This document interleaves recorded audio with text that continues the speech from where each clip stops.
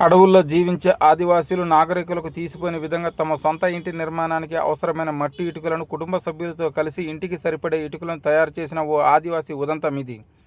భద్రాద్రి కొత్తగూడెం జిల్లా చర్ల మండలంలోని కొరకటపాడు గ్రామానికి చెందిన రవ్వ నంద అనే వ్యక్తి ఎప్పటి నుంచో ఇటుకలతో ఇల్లు నిర్మాణం చేయాలనుకున్నాడు. సిమెంట్ ఇటుకల ధర చూసి తామే మట్టి ఇటుకలను తయారు చేయాలని భావించాడు. తాను, తన భార్య, తమ్ముడు కలిసి మట్టి ఇటుకల తయారీ కోసం అవసరమైన మట్టిని గుర్తించారు. మట్టిని సేకరించి తమ గ్రామ సమీపంలోని మట్టిని నానబెట్టారు. తమకున్న పశువుల సాయంతో మట్టిని బాగా తొక్కించారు. చర్ల పరిసర ప్రాంతాల్లో ఇటుకల తయారీ కోసం అవసరమైన సామాగ్రిని ఓ కార్పెంటర్ వద్ద చేయించారు.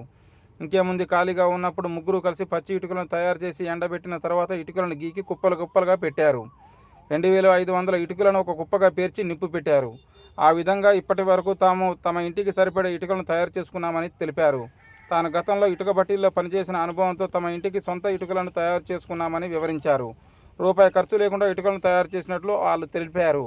తమ గ్రామ సమీపంలో లభించిన కట్టెలతో ఇటుక బట్టి పెట్టామని చెప్పాడు. సుమారు 60 నుండి 70 వేల రూపాయలు విలువ చేసే ఇటుకలను తామే సొంతంగా తయారు చేశామని తెలిపారు.